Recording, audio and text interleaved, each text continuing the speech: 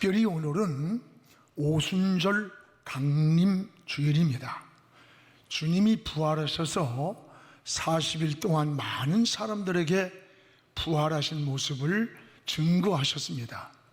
그리고 주님은 감람산에서 하늘로 올라가시기 전에 다른 제자들을 향해 너희가 지금 본 그대로 내가 다시 오시리라고 하시면서 너희가 몇 날이 못되어 성령으로 세례를 받으리라고 약속을 했습니다. 그리고 많은 성도들이 이 주님의 약속을 붙잡고 마가의 다락방에 모여서 10일 동안 간절히 기도하던 어느 날 오순절날이 이름에 급하고 강한 바람 같은 성령의 임재가 일어났습니다. 그래서 이날을 오순절 성령 강림 주일이라고 말합니다. 오순절 성령 체험 이후 그렇게 약하고 넘어지기를 잘하던 제자들이 십자가를 증거하고 부활을 증거하는 증인이 되었습니다. 여러분, 기독교는 인생을 변화시키는 생명의 종교입니다. 신앙의 변화가 뭡니까? 기독교적 가치관, 인생관, 세계관, 그리고 비전이 예수 그리스도를 중심으로 바뀌는 거예요.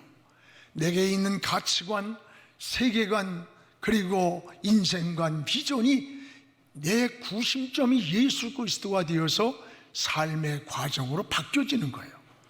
그래서 어둠에 살던 사람이 빛 가운데로 나오게 됩니다. 못된 사람이 새 사람 되는 거예요. 절망에 있던 사람이 소망으로 바꿔지는 거예요. 정리하지 못하던 악습관이 끊어지는 거예요. 여러분, 예수 믿으면 신분이 변해요. 마귀의 자녀였던 신분이 하나님의 자녀라는 신분을 갖게 되는 거예요. 또 생활에서도 놀라운 변화가 나타납니다. 사울이 바울이 되고 야곱이 이스라엘이 되는 겁니다. 교도소에서 출감한 분이 고백하는 간증을 들었어요. 2년 동안 수감 생활을 하고 나오는데 가족들이 나온 거예요.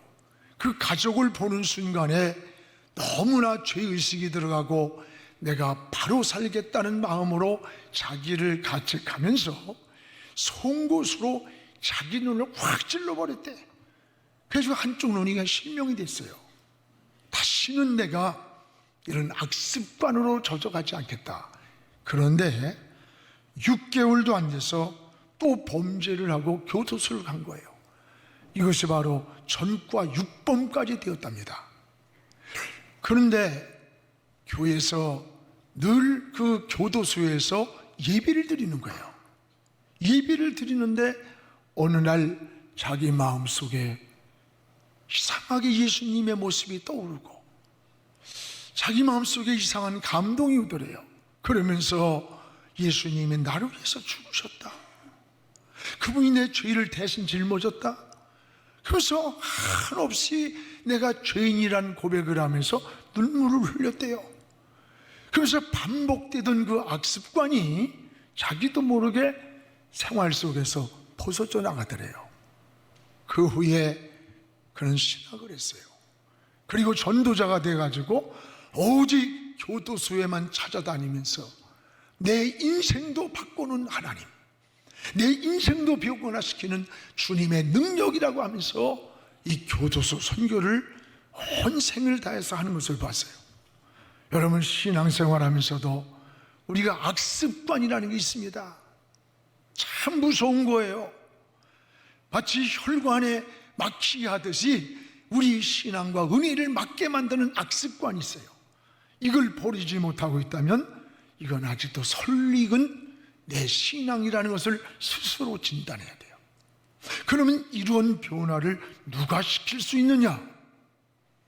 바로 성령입니다. 신앙생활만큼은 성령의 역사를 통해서만 변화되는 거예요. 그래서 스가랴 4장 6절에 힘으로도 안 되고 능으로도 되지 아니하나 오직 나의 영으로 된다. 내 영이 누구냐? 하나님의 영, 루아흐래요. 루아흐. 이걸 성령이라 그래요. 어떤 힘을 써도 내가 애를 쓰고 노력을 해도 안 되지만 하나님의 영이 임하니까 되더라는 거예요. 그렇습니다. 오순절에 성령의 은혜를 체험한 제자들을 보십시오. 이들의 변화가 이 삶 속에서 나타난 거예요. 그 열매 속에서 나타나는 거예요. 자기 사랑이 주님을 높이는 간증으로 바뀌어졌어요. 여러분, 사울이 변화받기 전엔 내가 가마리엘 문화생, 내가 무슨 로마의 시민권자 뭐 이런 게 자랑이었는데 다메섹에서 주님을 만나고 인생의 터닝 포인트, 전환점이 왔어요. 자기 자랑이 주님을 높이는 간증이 되는 거예요. 여러분, 또 소유 개념이 바뀌었어요. 모두가 내 것인 줄 알았는데 하나님의 은혜를 받고 보니까 하나님의 것이라는 주권이 내게 하나님께 있다는 것을 고백하는 거예요. 또 여러분, 주인이 바뀌었습니다. 내가 주인인 줄 알았어요. 내 인생을 내가 마음대로 한다고 생각했는데 내 인생의 주인이 하나님이라고 고백을 하는 거예요.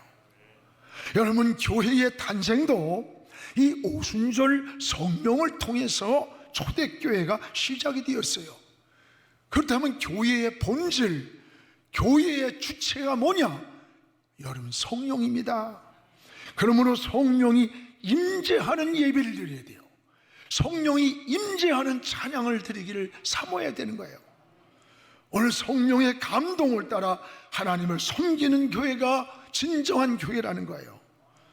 우리는 다시 이 사도행전으로 돌아가야 됩니다. 사도행전을 우리는 성령행전이라 해요. 오늘도 오순절에 임했던 이 성령의 역사는 사도행전 28장에서 끝나는 게 아니라 지금도 계속 사도행전의 역사를 사모하고 또 일어나야 되는 거예요. 이게 우리의 사모함과 믿음과 고백이 되어야 됩니다. 오늘 사랑하는 여러분, 우린 날마다 성령의 도움을 구해야 돼. 성령의 역사를 사모해야 돼요. 성령이 우리와 함께 하셔야 돼요. 성령의 인도가 없는 삶은 길을 잃은 거예요. 방황하는 거예요. 껍데기 포장만 그리스도인으로 남게 되는 거예요. 유럽 교회가 그렇게 됐어요. 주님은 이 은혜의 통로가 임하기까지 어떻게 우리가 믿음을 지키고 어떻게 이 은혜를 사모해야 될 것인가를 오늘 말씀해 주고 있습니다. 무엇보다도 주님은 두 가지 우리에게 분부를 했어요. 두 가지 분부를 하셨어요. 그 하나는 뭐냐? 예루살렘을 떠나지 말라는 분부였습니다. 우리 4절을 같이 한번 읽겠습니다.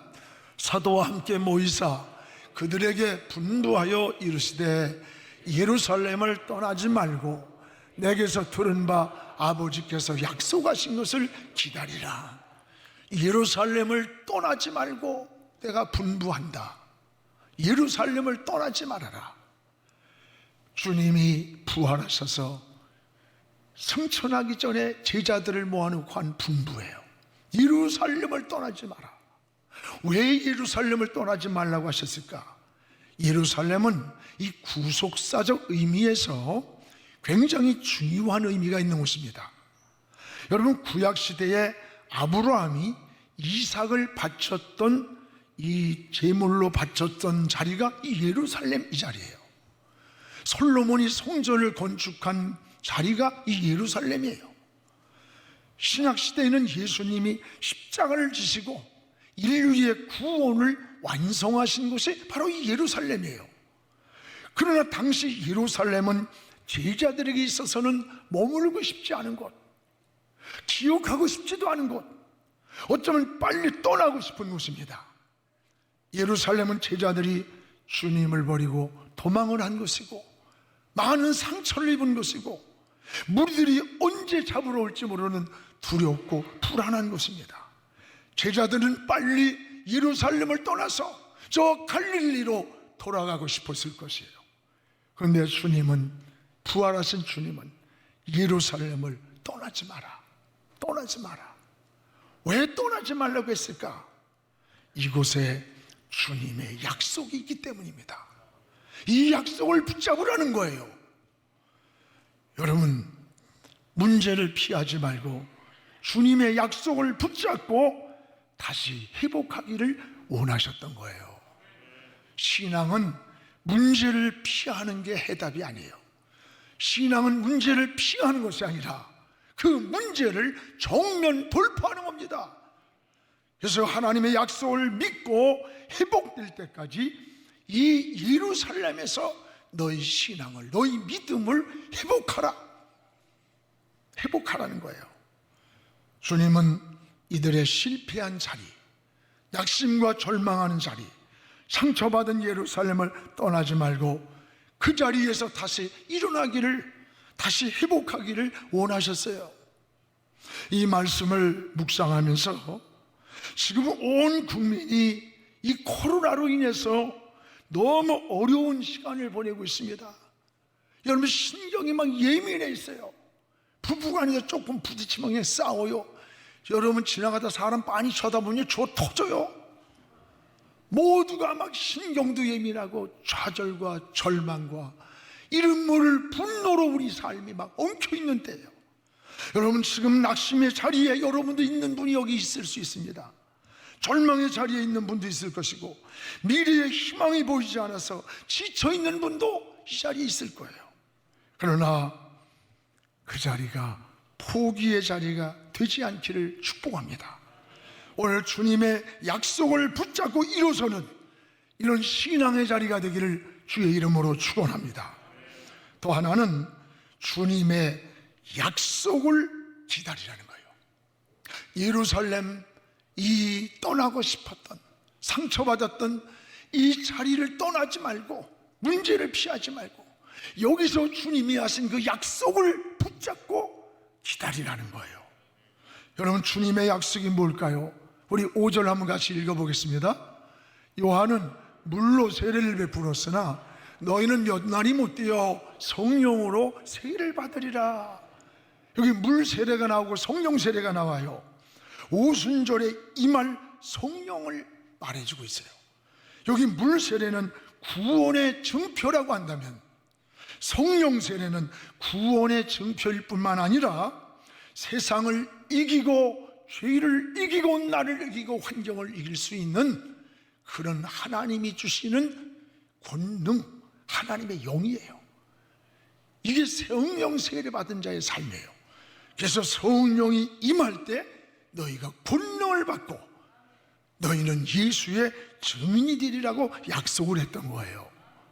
여러분, 이 시간 우리도 이 오순절에 임했던 성령의 은혜를 사모해야 됩니다.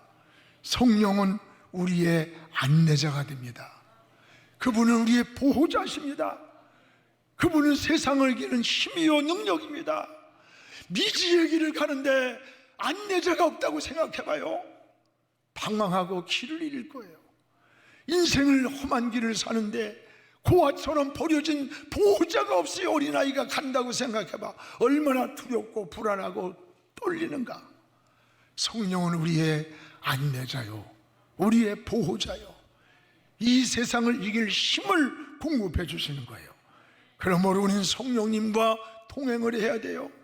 내가 사업을 해도 성령님과 함께 하기를 기도하고, 여러분 공부를 해도 성령님과 동행하고, 인생을 살아가는데도 성령님과 동행하고, 그래서 늘 성령께 이 길을 물을 때 하늘에 지혜를 주시고, 그분이 인도자가 되어주시고 우리의 보호자가 되어주시고 우리의 갈 길에 동행자가 되어주시는 겁니다.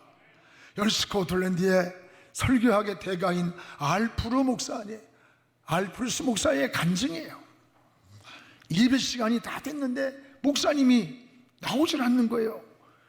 비서가 밖에서 들으니까 누군가가 대화하는 거예요. 기다리는데 예배 시간이 다가옵니다. 어쩔 수 없어서 조급해서 문을 살짝 열었더니 아무도 없는 공간에서 누군가에게 애절하게 매달리는 소리예요. 들어보니까 무릎을 꿇고, 성령님, 제가 설교 준비했습니다. 그러나 성령님이 강단에 함께 가셔야 합니다. 성령님 나와 함께 강단에 가주세요. 성령님이 나와 함께 동행해 주세요. 성령께 막 매달리고 있는 거예요.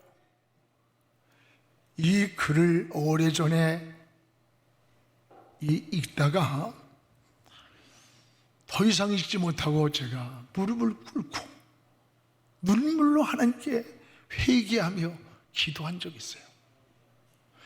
우리가 정말 이런 마음으로 말씀을 전할 수 있다면, 이런 심장으로 찬양을 들을 수 있다면, 여러분 이런 마음으로 주님을 섬기면서 인생의 진로를 물을 수 있다면 놀라운 성령의 임재를 경험할 거예요. 사랑하는 여러분, 우리 모두 이런 성령의 임재를 사모하는 그런 신앙 되기를 주의 이름으로 축원합니다. 그러면 주님이 약속하신, 오늘 오순절날을 약속하신 그 약속하신 성령이 임재하는 타이밍, 그 시기, 그때가 언제인가, 이걸 제자들이 물었어요. 우리 6절, 7절 우리 같이 한번 읽어보겠습니다.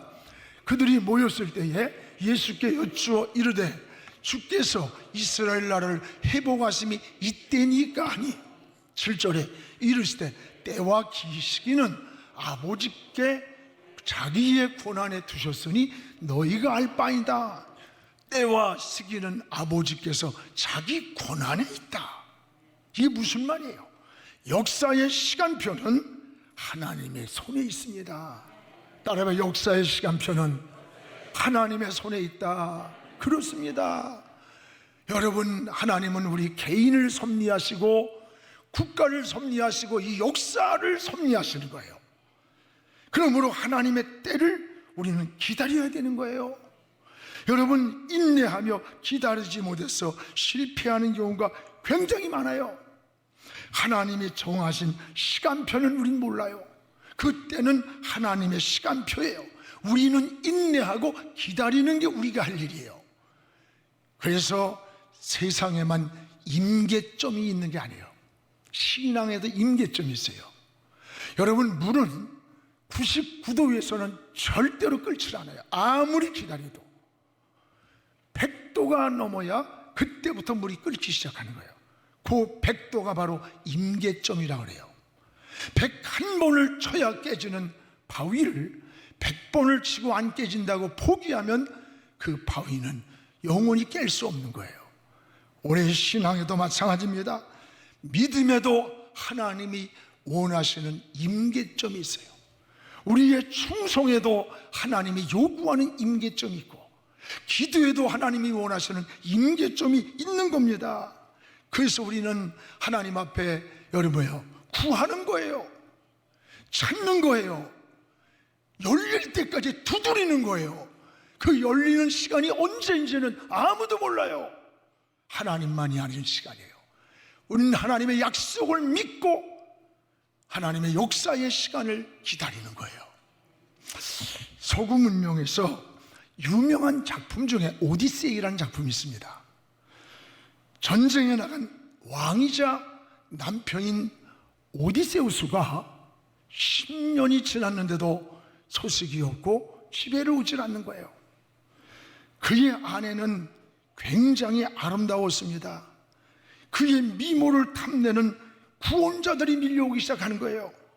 10년 동안 소식이 없는 오디세우스는 죽었다, 당신을 버렸다, 나와 결혼해달라고 유혹의 손길이 수없이 나타났습니다. 그러나 수많은 사람들의 유혹 속에서도 이 오디세우스 아내는 흔들리지가 않았어요. 자기를 지키며 남편을 기다렸습니다. 어느 날 남편 오디세우스가 돌아왔습니다. 그는 다시 왕과 왕비의 자리가 회복되었고 끝까지 기다린 보상을 받았습니다. 그녀를 끝까지 붙들어준 것이 뭡니까? 그 남편을 끝까지 기다릴 수 있도록 붙들어준 그게 뭡니까? 남편에 대한 신뢰라는 거예요. 반드시 내 사랑하는 남편 오디세우스는 약속을 변하지 않고 반드시 약속을 지킨다고 하는 확실한 믿음 때문이었다는 거예요. 이것을 주는 이 작품의 메시지예요. 그렇습니다. 신앙이 뭡니까? 신앙은 하나님의 약속을 믿고 기다리는 거예요. 이게 바로 신앙입니다. 우리도 이 땅에서 때로는 유혹이 있어요. 사탄의 위협과 회유가 있어요. 순간순간 위태로울 때가 왜 없어요? 기도하면서도 몇 년이 지나도 이루어지지 않는 게 많아요. 기도할 것에 대해서 믿음이 흔들릴 때도 있습니다. 그럼에도 불구하고 끝까지 하나님의 신실한 약속, 하나님의 신실한 약속을 믿고 기다리는 겁니다. 이게 신앙입니다. 그래서 구약이란 말이 약속이란 뜻이에요. 신약이란 말이 약속이란 뜻이에요. 성경은 하나님의 약속으로 이루어진 거예요. 성경에는 하나님만이 아시는 세 가지의 약속의 비밀이 있습니다. 이건 사람은 모르는 거예요. 하나님만이 아는 시간표예요. 하나는 죽음의 시간이에요. 여러분, 죽음은 비밀이에요. 자기 죽음에 대해서 아무도 시간을 알 수 없습니다. 하나님만 아시는 시간이에요. 어떤 사람은 빨리 죽을 것 같은데 즐기게 안 죽어? 오래 살 것 같은데 어떤 사람은 갑자기 죽었대요. 또 하나는 뭐예요? 주님 재림하시는 시간이에요. 주님 반드시 다시 오신다고 했어요. 그러나 그 때와 시간은 아무도 몰라요. 하나님만 아시는 하나님의 시간표 속에 있는 비밀이에요. 또 하나는 기도의 응답입니다. 여러분, 우리가 기도할 때 뭐 기도가 잘 되고 감동이 오면 하나님이 오늘 내 기도 응답했다고 말해요. 또 어떤 데는 너무 피곤하고 몸이 지치고 삶이 복잡해요. 주여 주여 하다가 그냥 지나갈 때 하나님은 내 기도를 안 들었을 거야 이렇게 생각해요. 그건 여러분의 기분이고 환경이고 조건이지, 하나님은 그런 모든 환경과 조건을 뛰어넘어서 하나님의 시간표가 되면, 하나님의 때가 되면 여러분의 기도를 시간과 공간을 초월해, 기분과 환경을 초월해 하나님이 우리에게 응답한다는 것을 깨닫기를 주의 이름으로 축복을 합니다. 사랑하는 여러분이요, 그러므로 무엇이 빨리 이루어지지 않는다고 낙심하지 말고 하나님의 시간을, 하나님의 때를 기다리는 여러분, 그런 신앙 되기를 축복합니다. 기도하다가 포기하지 마세요. 무엇을 향해, 목표를 향해 정하다가 포기하지 마세요. 끝까지 하나님을 바라보고 달려가는 우리 모두가 되기를 주의 이름으로 축복을 합니다. 또한 이 약속한 성령이 임할 때 우리가 예수의 증인이 되는 거예요. 8절입니다. 우리 같이 읽겠습니다. 오직 성령이 너희에게 임하시면 너희가 권능을 받고 예루살렘과 온 유다와 사마리아와 땅끝까지 이르러 내 증인이 되리라 하시니라. 증인은 현장의 목격자를 말해, 목격자. 여러분, 법정에서 증인은 굉장히 중요한 거예요. 제가 아는 분이 증인을 잘못 세워가지고 억울한 법정에서 여러분 누명을 쓰고 오히려 유죄 판결을 받았어요. 상대방의 회유와 협박을 이기지 못하고 증인을 세운 사람이 돈을 받고 고지증을 한 거예요. 이 일로 재판에서 지게 되었고 오히려 죄인의 신분이 되어버렸어요. 여러분, 성경에서 이 증인이란 말을 말투수라래요. 이 뜻은 순교자는 의미가 있어요. 목격한 것을 내가 말할 수 있는 증인이 되려면 목숨을 내걸고 그 말을 해야 된다는 거예요. 그래서 순교라는 그런 뜻이 있어요. 당시에 예수님의 은혜 받은 제자들이 나 예수님이 십자가에 죽으시는 걸 내가 봤어. 나는 그가 살아나신 부활을 목격했어. 이 말을 할 때 제사장들이, 유대인들이 그들을 잡아가지고 감옥에 집어넣고 협박을 하면서 죽이겠다는 거예요. 너 십자가에 살았다, 죽었다, 부활했다, 이 말을 하면 그냥 안 두겠다. 이 무서운 위협과 협박 속에서도 뭘 했어요? 나는 목격자다. 나는 목격자다. 그래서 이 증인이란 말투수란 말이 순교란 뜻이에요. 여러분, 언제 환난과 핍박과 죽임이 올지라도 나는 주님이 십자가의 부활을 목격했다 라고 말할 수 있는 증인, 이 담력이 어디서 오느냐? 성령을 통해서 권능이 임할 때라는 거예요. 그래서 이 권능이란 말은 하나님께로부터 오는 인격적인 힘, 또 초월적인 힘을 권능이라네요. 하나님의 능력이 사람을 통해서 나타나는 것을 말하는 거예요. 성경에는 이 권능이 성령을 통해 나타나는 역사를 많이 나타나요. 이 권능이 나타날 때 귀신이 떠나가고 병마가 떠나갔습니다. 약한 사람이 담대해지는 거예요. 제자들이 죄와 싸워서 승리했어요. 하나님이 부어주신 성령의 임재, 하나님의 권능이었습니다. 사랑하는 성도 여러분, 성도의 사명은 성령 받아서 예수님의 증인으로 살아가는 게 성도의 사명입니다. 성령 충만했던 초대교회 성도들은 재산을 빼앗겼습니다. 집을 뺏겼습니다. 순교를 당하면서도 우리는 십자가와 부활의 증인이라고 고백했던 거예요. 여러분, 이게 자기 힘이 아니에요. 성령이 그들의 마음에서 거짓되지 않는 담대한 증인의 삶을 살게 해줬던 거예요. 우리의 사명이 뭡니까? 성령 받아 예수의 증인의 삶을 사는 겁니다. 성령의 능력을 주신 목적이 뭡니까? 이 세상을 사는 동안에 예수 그리스도의 증인의 삶을 살라고 주시는 거예요. 사랑하는 여러분, 어렵고 힘들다고 예루살렘을 떠나서는 안 됩니다. 여러분, 광야길이 힘들다고 애굽을 돌아오면 가나안을 들어갈 수가 없는 거예요. 우리는 하나님의 약속을 붙잡고 성령의 능력을 사모하며 의지하며 예수의 증인이 되기를 기도해야 되는 거예요. 오직 성령이 너에게 임하시면 권능을 받고 예루살렘과 유다와 사마리아까지 내 증인 되리라. 여러분, 여기 예루살렘은 가장 가까운 곳, 바로 우리 가정, 이웃, 우리 주변이라면 유대는 민족의 복음하고 사마리아 땅끝은 세계의 선교일 것입니다.